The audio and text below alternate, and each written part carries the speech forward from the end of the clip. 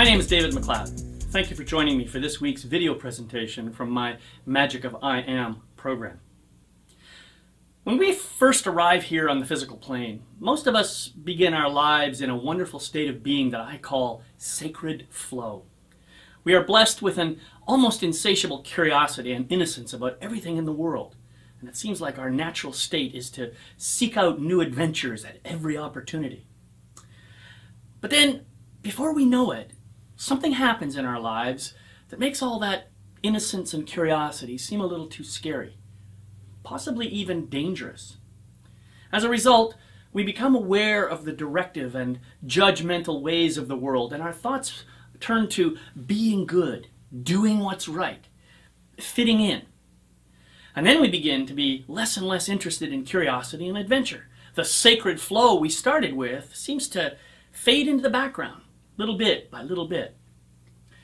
As we grow up, we go to school, and then perhaps to college. And eventually we join the workforce, working hard to build a career and to fit into that kind of flow that is promoted by societal pressures.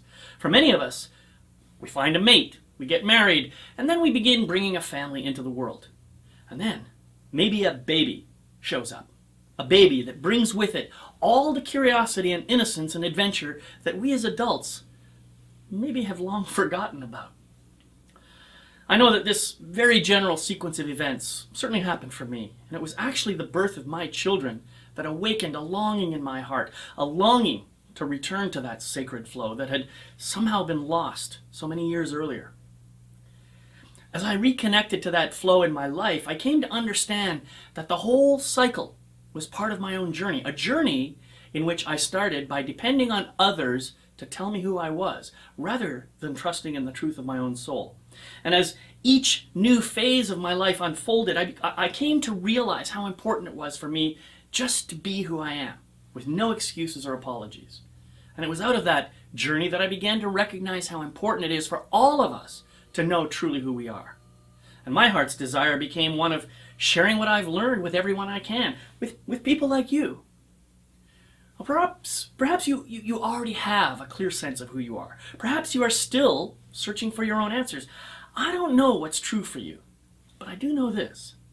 If you give yourself permission to listen to the quiet but persistent wisdom of your soul, you will always find your truth there.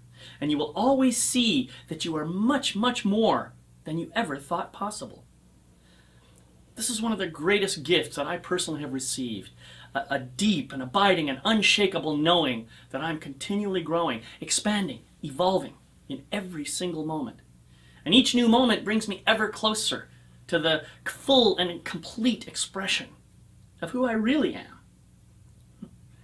I encourage you this week to listen to the wisdom of your soul and to allow yourself to reconnect to the endless flow that carries you into the next greatest version of who you are. May your week, indeed your whole life, be filled with the sweetness of that sacred flow.